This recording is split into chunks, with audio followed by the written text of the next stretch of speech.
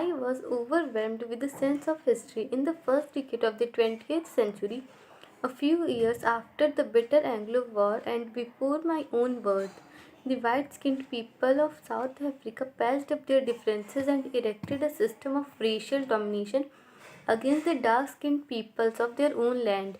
The structure they created formed the basis on one of the harshest sorry a system of racial domination against the dark skinned peoples of their own land. The structure they created formed the basis of one of the harshest, most inhuman societies the world has ever known. Now, in the last decade of the 20th century and my own 8th decade as a man, that system had been overturned forever and replaced by one that recognized the rights and freedoms of all peoples, regardless of the color of their skin. The day had come about through the unimaginable sacrifices of thousands of my people, people whose suffering and courage can never be counted or repaid. I felt that day, as I have on so many other days, that I was simply the sum of all those African patriots who had gone before me. That long and noble line ended and now began again with me. I was pained that I was not able to thank them and that they were not able to see what their sacrifices had wrought. The policy of apartheid created a deep and lasting wound in my countries and my people. In my country and my people, all of us will spend many years, if not generations, recovering from that profound hurt.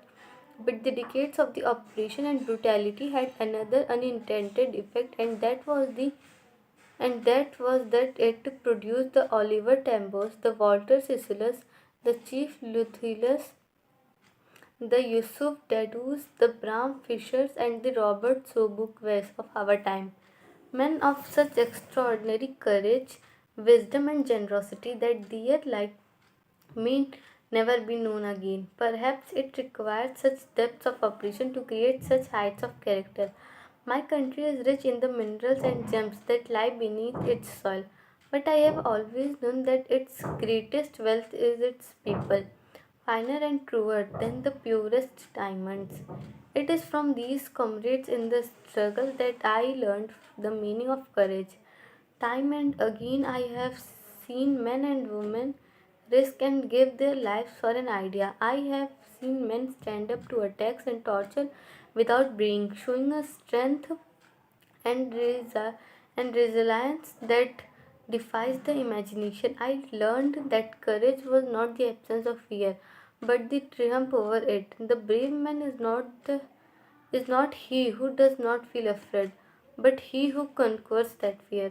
No one is born hating another person because of the color of his skin or his background or his religion. People must learn to hate, and if they can learn to hate, they can be taught to love, for love comes more naturally to the human heart than its opposite. Even in the grimmest times in prison, when my comrades and I were pushed to our limits, I would see a glimmer of humanity in one of the guards. Perhaps just for a second, but it was enough to reassure me and keep me going. Man's goodness is a flame that can be hidden but never extinguished. In life, every man has twin obligations to his family, to his parents, to his wife and children, and has an obligation to his people, his community, his country. In a civil and humane society, each man is able to fulfill those obligations according to his own inclinations and abilities. But in a country like South Africa, it was almost impossible for a man of my birth and color to fulfill both of those obligations. In South Africa, a man of color who attempted to live as a human being was punished and isolated. In South Africa, a man who tried to fulfill his duty to his people was inevitably ripped from his family and his home and was forced to live a life apart, a twilight existence of secrecy and rebellion. I did not in the beginning choose to place my people above my family, but in attempting to serve my people, I found that I was prevented fulfilling my obligations as a son, a brother, a father, and a husband. I was not born with a hunger to be free. I was born free, free in every way that I could know. Free to run in the fields near my mother's hut, free to swim in the clear stream that ran through my village, free to roast mealies under the stars and ride the broad backs of slow moving bulls. As long as I obeyed my father and abided by the customs of my tribe, I was not troubled by the laws of man or God.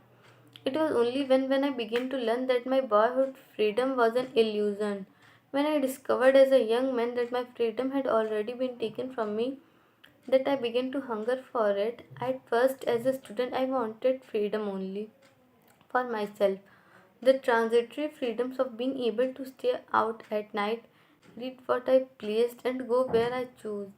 Later, as a young man in Johnsonburg, I yearned for the basic and honorable freedoms of achieving my potential, of earning my keep, of marrying and having a family, the freedom not to be obstructed in a lawful life.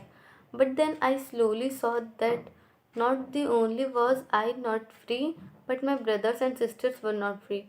I saw that it was not just my freedom that was curtailed, but the freedom of everyone who looked like I did. That is when I joined the African National Congress. And that is when the hunger for my own freedom became the greater hunger for the freedom of my people. It was this desire for the freedom of my people to live their lives with dignity and self respect that animated my life, that transformed a frightened young man into a bold one, that drove a law abiding attorney to become a criminal, that turned a family loving husband into a man without a home, that forced a life loving man to live like a monk. I am no more virtuous or self sacrificing. I am no more virtuous or self sacrificing than the next man. But I found that I could not even enjoy the poor and limited freedoms I was allowed when I knew my people were not free. Freedom is indivisible. The chains on any one of my people were the chains on all of them. The chains on all of my people were the chains on me. I knew that the oppressor must be liberated just as surely as the oppressed. A man who takes away another man's freedom is a prisoner of hatred. He is locked behind the bars of prejudice and narrow mindedness. I am not truly free if I am taking away someone else's freedom, just as surely as I am not free when my freedom is taken from me. The oppressed and the oppressor alike are robbed of their humanity. तो इसी के साथ ये chapter complete होता है. अब हम लोग पढ़ेंगे next chapter. So it is a poem, A Tiger in the Zoo. So let's get started. This poem contrasts a tiger in the zoo with the tiger in its natural habitat. The poem moves from the zoo to the jungle and back again to the zoo. Read the poem silently once and say which stanzas speak about the tiger in the zoo and which ones speak about the tiger in the jungle. So let's get started. He stalks in his vivid stripes the few steps of his cage on the pads of velvet quiet in his quiet rage. He should be lurking in shadow, sliding through long grass near the water hole where plump deer pass. He should be snarling around houses at the jungle's edge, bearing his white fangs, his claws, terrorizing the village. But he is locked in a concrete cell, his strength behind bars, stalking the length of his cage, ignoring visitors. He hears the last voice at night, the patrolling cars, and stares with brilliant eyes at the brilliant bars. By Leslie Norris. Now we will study the chapter Two Stories About Flying. First, his first flight, and then second, Black Airplane. So let's get started. His first flight. The young seagull was alone on his ledge. His two brothers and his sister had already flown away from the day before. He had been afraid to fly with them. Somehow, when he had taken a little run forward to the brink of the ledge and attempted to flap his wings, he became afraid. The great expanse of sea stretched down beneath, and it was such a long way down, miles down. He felt certain that his wings would never support him. So he bent his head and ran away back to the little hole under the ledge where he slept at night. Even when each of his brothers and his little sister, whose wings were far from shorter than his own, ran to the brink, flapped their wings, and flew away. He failed to muster up courage to take that plunge which appeared to him so desperate.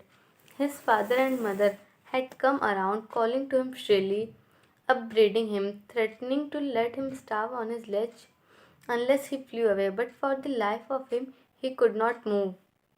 That was 24 hours ago. Since then, nobody had come near to him. The day before, all day long, he had watched his parents flying about with his brothers and sisters, perfecting them in the art of flight, teaching them how to skim the waves and how to dive for fish. He had, in fact, seen his older brother catch his first herring and devour it, standing on a rock while his parents circled around, raising a proud cackle. And all the morning, the whole family had walked about on the big plateau midway down the opposite cliff, taunting him with his covered eyes. The sun was now ascending the sky, blazing on his ledge that faced the south. He felt the heat because he had not eaten since the previous nightfall. He stepped slowly out to the brink on the ledge, and standing on one leg, with the other leg hidden under his wing, he closed one eye, then the other, and pretended to be falling asleep. Still, they took no one notice of him. He saw his two brothers and his sister lying on the plateau, dozing with their heads sunk into their necks. His father was preening the feathers of his white back. Only his mother was looking at him. She was standing on a little high hump on the plateau, her white breast thrust forward. Now and again, she tore at a piece of fish that lay at her feet and then scraped each side of her beak on the rock. The sight of the food maddened him. How he loved to tear food that way, scraping his beak and now again to wet it. Ga ga ga, he cried, begging her to bring him some food. Ga cola, she screamed back derisively, but he kept calling plaintively. And after a minute or so, he uttered a joyful scream. His mother had picked up a piece of the fish and was flying across to him with it. He leaned out eagerly, tapping the rock with his feet, trying to get nearer to her as she flew across. But when she was just opposite to him, she halted, her wings motionless, the piece of fish in her beak almost within reach of his beak. He waited a moment in surprise, wondering why she did not come nearer, and then, maddened by hunger, he dived at the fish. With a loud scream, he fell outwards and downwards into space. Then a monstrous terror seized him, and his heart stood still. He could hear nothing, but it only lasted a minute. The next moment he felt his wings spread outwards. The wind rushed against his breast feathers, then under his stomach and against his wings. He could feel the tips of his wings cutting through the air. He was not falling headlong now. He was soaring gradually downwards and outwards. He was no longer afraid. He just felt a bit dizzy. Then he flapped his wings once and he soared upwards. Ga ga ga, ga ga ga, ga call ah. His mother swooped past him, her wings making a loud noise. He answered her with another scream. Then his father flew over him screaming. He saw his two brothers and his sister flying around him, curvetting and banking and soaring and diving. Then he completely forgot that he had not always been able to fly and commanded himself to dive and soar and curve, shrinking shrilly. He was near the sea, now flying straight over it.